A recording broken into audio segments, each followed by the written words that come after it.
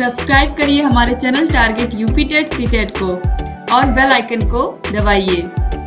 Hello दोस्तों, मैं आनंद स्वागत करता हूं आप सभी का आपके अपने चैनल और app target UP TET CTET में। दोस्तों हम पढ़ रहे थे आपके डीएलएड फर्स्ट सेमेस्टर के गणित विषय के बहुत ही महत्वपूर्ण बहुविकल्पी प्रश्नों को राजन सीरीज के बहुविकल्पी प्रश्नों में हमने पहले पार्ट में हमने 30 क्वेश्चन देख लिए हैं। यह आपका दूसरा पार्ट है और इसमें आगे हम देखेंगे। और पिछला पार्ट अगर आपने नहीं देखा है तो आपको नीचे डिस्क्रिप्शन में लिंक मिल जाएगा। गणित के सामने जो लिंक होगा उस पर क्लिक करिएगा तो आपको गणित फर्स्ट सेमेस्टर से जुड़ी सारी वीडियोस मिल जाएंगी और उसी में आपको डीएलएड फर्स्ट सेमेस्टर राजन सीरीज का बहुविकल्पी का पार्ट 1 मिल जाएगा, उसको आप देख लीजिएगा। इसी तरीके से आपको सारे पार्ट मिल जाएंगे, सारे प्रीवियस ईयर क्वेश्चन पेपर मिल जाएंगे, पवन सीरीज मिल जाएगा। तो आप सभी वीडियोस को देखिए, अपने तैयारी को बेहतर बनाइए। अब आगे हम देखेंगे इस वीडियो में और इसी तरीके से सभी सब्जेक्ट्स को पढ़ाया गया है। सभी सब्जेक्ट्स का लिंक आपको नीचे डिस्क्रिप्शन बॉक्स में मिल जाएगा। ठीक है, तो चलिए स्टार्ट करते हैं। देखिए 31 नंबर क्वेश्चन है, ए माइनस ब्रैकेट में है b माइनस 2a को सरल करने पर प्राप्त होगा। अब देखिए a minus b minus 2a लिखा है ब्रैकेट में। अब जब भी कोष्टक खुलता है, ब्रैकेट खुलता है, तो क्या होता है, यहाँ जो ऋण होता है इस ऋण का गुणा होता है पदों में। ठीक है, तो प्लस b है उसमें माइनस का गुणा होगा तो हो जाएगा माइनस b, और माइनस 2a में माइनस का गुणा होगा हो जाएगा प्लस 2a। अब देखिए यहाँ पे a है और यहाँ पे प्लस 2a है तो ये हो जाएगा 3a और ये हो जाएगा माइनस b। तो उत्तर कितना मिल जाएगा, 3a माइनस b। तो यहाँ पे ऑप्शन आ जो हो जाएगा यह बिल्कुल सही हो जाएगा। इसके बाद देखिए दोस्तों अगला प्रश्न है, प्रश्न संख्या 32, 8a माइनस 3b प्लस दूसरे ब्रैकेट में है 3a प्लस 3b। अब दो ब्रैकेट है और आपको पद समान दिख रहे हैं, देख रहे हैं पद आपको समान दिख रहे हैं, a माइनस 3b और दूसरे ब्रैकेट में 3a प्लस 3b। तो यहाँ पे आपको फॉर्मूला मत लगाने लगेगा, एक ब्रैकेट में a प्लस b और दूसरे ब्रैकेट में a माइनस b, तो हो जाएगा a square minus b square. ये फॉर्मूला नहीं लगेगा क्योंकि बीच में प्लस का चिन्ह है, धन का चिन्ह है। तो बस यहाँ पे सिंपली क्या हो जाएगा, ब्रैकेट खुल जाएगा और 8a माइनस 3b फिर प्लस 3a प्लस 3b। तो यहाँ पे देखिए माइनस 3b है और ये प्लस 3b, ये दोनों शून्य हो जाएंगे और बच जाएगा 8a प्लस 3a, तो ये हो जाएगा 11a। तो ऑप्शन 7 सही हो जाएगा 11a। इसके बाद देखिए प्रश्न संख्या 33 है, x square minus y square by x minus y. तो यहाँ पे फॉर्मूला लग जाएगा ऊपर a square minus b square का, तो एक ब्रैकेट में हो जाएगा x प्लस वाई और दूसरे ब्रैकेट में हो जाएगा x माइनस वाई, और नीचे बाई में है x माइनस वाई बटे में, तो ऊपर देखिए x माइनस वाई कट जाएगा और ऊपर क्या बचेगा x प्लस वाई। तो ऑप्शन आ x प्लस वाई ये बिल्कुल सही हो जाएगा। इसके बाद अगला प्रश्न हम देखेंगे, प्रश्न संख्या 34, 3x माइनस 2y में क्या जोड़ें कि योगफल शून्य हो जाए। तो 3x माइनस 2y में मान लेते हैं a हमने जोड़ दिया और योगफल क्या हो जा रहा है, शून्य हो जा रहा है। तो अब a की वैल्यू निकालना है, तो आप 3x और माइनस 2y को बराबर के उधर भेज दीजिए। तो 3x बराबर किधर जाएगा तो क्या हो जाएगा माइनस 3x, और ये माइनस 2y कितना हो जाएगा प्लस 2y। तो a की वैल्यू कितना आप जोड़ेंगे, यह वैल्यू आपको आ गई, कितनी वैल्यू आ गई, माइनस 3x प्लस 2y। तो minus 3x plus 2y option दा में दिया गया है, तो ऑप्शन दा यहाँ पे सही हो जाएगा। इसके बाद देखिए प्रश्न संख्या 35 है, 0 से अधिक व 90 से कम माप के कोण को कहते हैं। तो जो 90 से कम माप के कोण होते हैं उन्हें हम न्यून कोण कहते हैं। इसके बाद देखिए अगला प्रश्न है, प्रश्न संख्या 36, 90 अंश के कोण को कहते हैं। तो 90 अंश के कोण को कहते हैं समकोण, राइट एंगल। इसके बाद देखिए प्रश्न संख्या 37 है, जब दो कोणों का योग 90 होता है तो उन्हें हम कहते हैं कोटि पूरक कोण। तो यहाँ पे ऑप्शन बाज हो जाएगा, कोटि पूरक कोण, वह बिल्कुल सही हो जाएगा। इसके बाद देखिए प्रश्न संख्या 38 है, वे कोण जिनमें शीर्ष तथा एक भुजा उभयनिष्ठ हो कहलाते हैं। तो एक भुजा उभयनिष्ठ हो और एक शीर्ष हो, वे कोण जिनमें शीर्ष तथा एक भुजा उभयनिष्ठ होती है उन्हें हम आसन्न कोण कहते हैं। तो ऑप्शन आ सही हो जाएगा। इसके बाद देखिए प्रश्न संख्या 39 है, 180 अंश के कोण को कहते हैं। तो 180 अंश का जो कोण होता है उसे हम ऋजु कोण कहते हैं। तो ऑप्शन आ यहाँ पे सही हो जाएगा, ऋजु कोण। इसके बाद प्रश्न संख्या 40 है, किसका प्रारंभिक तथा अंतिम बिंदु नहीं होता है। तो रेखा का कोई प्रारंभिक बिंदु और अंतिम बिंदु नहीं होता है। ऑप्शन 7 सही हो जाएगा। इसके बाद देखिए 41 नंबर है, तीन समान भुजाओं वाले त्रिभुज को कहते हैं। तो ऐसा त्रिभुज जिसमें तीनों भुजाएं समान होती हैं उसे हम समबाहु समान भुजाओं वाला त्रिभुज कहते हैं, यानी कि ऑप्शन 7 समबाहु त्रिभुज यह सही हो जाएगा। इसके बाद देखिए प्रश्न संख्या 42 है, असमान भुजाओं वाले त्रिभुज को कहते हैं। तो असमान विषमबाहु मतलब कि जिसकी भुजाएं सम ना हो, तो विषमबाहु त्रिभुज ऑप्शन द यहाँ पे सही हो जाएगा।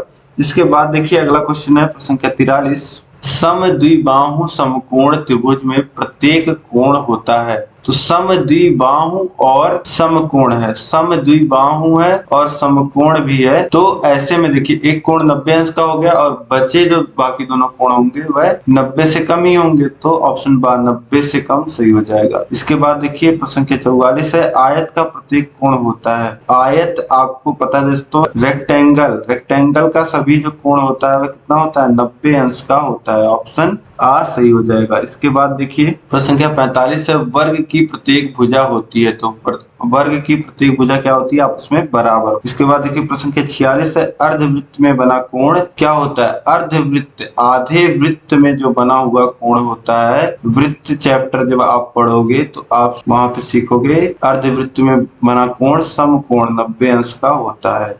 तो यहाँ पे ऑप्शन आ सही हो जाएगा। इसके बाद देखिए प्रश्न संख्या 47 है, आयत का परिमाप होता है। आयत का परिमाप रेक्टेंगल का परिमाप, यानी कि ABCD अगर यह एक रेक्टेंगल है तो इसमें लंबाई धन चौड़ाई फिर धन लंबाई फिर चौड़ाई, ए बिंदु से आप चलते हैं फिर ए बिंदु पे आने में कितनी दूरी तय करनी पड़ेगी, 2 गुणे लंबाई धन चौड़ाई, 2 बार लंबाई 2 बार चौड़ाई। ऑप्शन आ सही हो जाएगा। इसके बाद देखिए प्रश्न संख्या 48 है, वर्ग की भुजा होती है। तो वर्ग की भुजा देखिए 4 गुना होती है परिमिति के, या परिमिति की बटे 4। आप वर्ग की जो भुजा होती है वह देखिए अगर a है तो इसका जो परिमिति होती है, परिमाप होता है वो 4a होता है। तो अगर भुजा निकालना है तो 4a/4 यानी कि परिमिति बटे 4। तो ऑप्शन बा सही हो जाएगा। इसके बाद देखिए प्रश्न संख्या 49 है, 1275/25 का मान कितना होगा, 25 से काटिए, 25 बच्चे 125 बचा 2 और 1 यानी कि 51 बार में। ऑप्शन द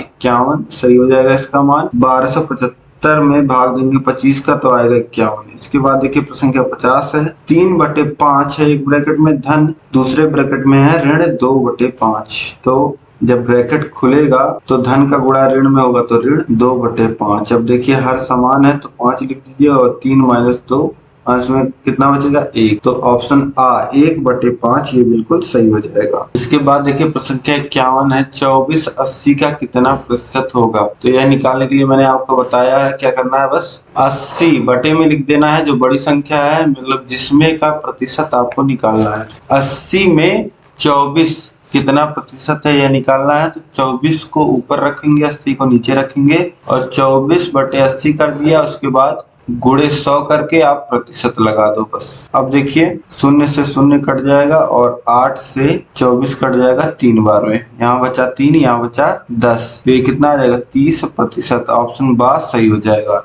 इसके बाद देखिए संख्या 52, 8a - 3b + 3a + 3b। देखिए रिपीटेड क्वेश्चन है, 8a + 3a हो जाएगा, बीच में प्लस का चिन्ह है तो कोई यहाँ पे साफ साफ आपको दिख रहा है 8a + 3a 11a हो जाएगा और -3b + 3b ये दोनों 0 हो जाएंगे। ऑप्शन सा 11a सही हो जाएगा। इसके बाद देखिए प्रश्न संख्या 53 है, 13 की अनुवर्ती प्राकृतिक संख्या होगी। तो अनुवर्ती या उत्तरवर्ती संख्या आपसे पूछे तो उसका उत्तर क्या होता है, उत्तरवर्ती मतलब कि बाद में आने वाली, अनुवर्ती यानी कि बाद में आने वाली संख्या। तो 13 के बाद कौन सी प्राकृतिक संख्या आती है, 14, एक जोड़ेंगे 14। ऑप्शन 7 सही हो जाएगा। इसके बाद देखिए प्रश्न संख्या 54 है, a + b × a - b का मान होगा। तो यह तो आपका सूत्र ही होता है, a² - b² होता है, एक ब्रैकेट में a + b और दूसरे ब्रैकेट में a - b। तो यहाँ पे ऑप्शन बा जो दिया गया है a² - b² यह सही हो जाएगा। इसके बाद देखिए प्रश्न संख्या 55 है, 25% को दशमलव में बदलने पर मान होगा। अब 25% लिखा है, अब मैंने आपको बताया प्रतिशत का चिन्ह अगर आपको हटाना है तो आप 1/100 से गुणा कर दीजिए। तो 1/100 से गुणा होगा 25 में, यानी कि 100 में 100 से भाग होगा 25 में, यानी कि 2 स्थान दशमलव लग जाएगा 2, तो ये हो जाएगा 0.25, 0.25 तो यहाँ पे ऑप्शन बाज हो जाएगा 0.25, ये बिल्कुल सही हो जाएगा। इसके बाद देखिए प्रश्न संख्या 56 है, किसी संख्या में 5 का स्थानीय मान सबसे अधिक है। प्रश्न मैंने आपको बताया है, रिपीटेड क्वेश्चन है। देखिए फर्स्ट पार्ट में मैंने आपको बताया था, दशमलव के जितना नजदीक होगा दशमलव की बाद की संख्या, उसका स्थानीय मान उतना ज्यादा होगा। तो ऑप्शन साज हो जाएगा, यह सही हो जाएगा। 146.511 में 5 का स्थानीय मान सबसे अधिक होगा। अब इसके बाद अगला प्रश्न देखिए, प्रश्न संख्या 57 है, दो संख्याओं का मासा 35 और उनका लासा 525 है, उनमें से एक संख्या 175 है तो दूसरी संख्या होगी। अब सूत्र मैंने आपको बताया है कि मासा और लासा का जो गुणनफल होता है, यानी कि 35 गुणे 525 जो होगा वह होगा पहली संख्या यानी कि 175 और गुणे दूसरी संख्या मान लेते हैं x। ठीक है, तो यहाँ पे आप यही सूत्र लगाइएगा, दो संख्याओं का मासा और लासा का जो गुणनफल होता है वह उन संख्याओं के गुणनफल के बराबर होता है। यही हमने लिखा है, दोनों संख्याओं के मासा और लासा का गुणनफल बराबर हमने दिखाया है, पहली संख्या गुणी दूसरी संख्या। तो x का मान कितना हो जाएगा, 35 गुणे 525 और बटे में 175। अब 175 से काटिए 525 तो कटेगा, देखिए 3 बार में कट जाएगा। 175 से 525 और 35 गुणे 3 बच जाएगा, तो ये कितना आ जाएगा, 35 दूनी 70 और 3 105। तो ऑप्शन दा जो हो जाएगा 105, ये बिल्कुल सही हो जाएगा। इसके बाद देखिए प्रश्न संख्या 58 है, a माइनस ब्रैकेट में है b माइनस 2a को सरल करने पर प्राप्त होगा। तो यहाँ पे ब्रैकेट जब आप ओपन करोगे तो हो जाएगा minus b plus 2a, minus का गुणा होगा दोनों पदों में। तो अब 3a माइनस b यह आपको मिल जाएगा, 3a माइनस b। ऑप्शन आ जो हो जाएगा यहाँ पे सही हो जाएगा। इसके बाद देखिए रिपीटेड क्वेश्चन है ये सब, फर्स्ट पार्ट के 59 नंबर क्वेश्चन है, 4 का 3% है। 4 का 3 कितना प्रतिशत है, 3/4 गुणे 100%। 4 से 100 को काटिए 25 तो यह आ जाएगा 3 का गुणा 25 में होगा तो 75%। ऑप्शन द सही हो जाएगा। इसके बाद देखिए प्रश्न संख्या 60 है, आयत का प्रत्येक कोण होता है। तो आयत का प्रत्येक कोण होता है दोस्तों 90 अंश का। ऑप्शन बा सही हो जाएगा। इसके बाद देखिए प्रश्न संख्या 61 है, समांतर चतुर्भुज की सम्मुख भुजाएं होती हैं। तो समांतर चतुर्भुज की जो सम्मुख भुजाएं हैं वह समांतर भी होती हैं और समान भी होती हैं लंबाई। तो ऑप्शन सा सही हो जाएगा, समांतर तथा समान। इसके बाद देखिए प्रश्न संख्या 62 है, किसी वृत्त का व्यास 4 सेमी है तो त्रिज्या का मान होगा। अब व्यास का आधा जो होता है वह त्रिज्या होता है, यानी कि त्रिज्या का जो मान हो जाएगा वह कितना आ जाएगा, 2 सेंटीमीटर। तो ऑप्शन सा 2 सेंटीमीटर सही हो जाएगा। इसके बाद देखिए प्रश्न संख्या 62 है, अर्धवृत्त में स्थित कोण का मान होता है। अर्धवृत्त में मैंने आपको बताया जो कोण होता है वह समकोण या 90 अंश जिसे हम कहते हैं। ऑप्शन बा सही हो जाएगा। इसके बाद देखिए त्रिभुज का क्षेत्रफल होता है 1/2 आधार गुणे लंब। तो यहाँ पे ऑप्शन सा जो दिया गया है यह त्रिभुज के क्षेत्रफल का सही सूत्र है, 1/2 गुणे आधार गुणे लंब। इसके बाद देखिए प्रश्न संख्या 65 है, किसी त्रिभुज की भुजाएं 6, 8 और 10 सेमी है, उसका क्षेत्रफल होगा।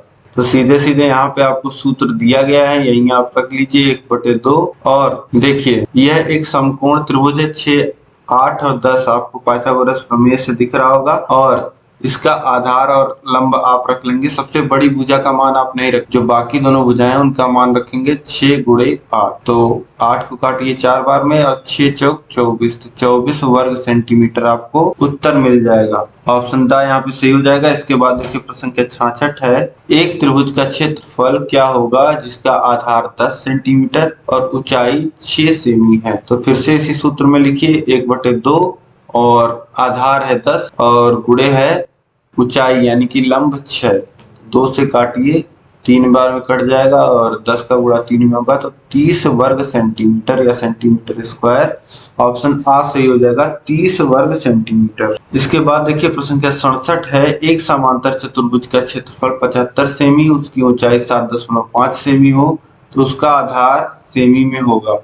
चतुर्भुज का क्षेत्रफल, समांतर चतुर्भुज का क्षेत्रफल आपको दिया गया है 75 सेंटीमीटर स्क्वायर, यहाँ पे लिखना चाहिए, इन्होंने गलत लिखा है।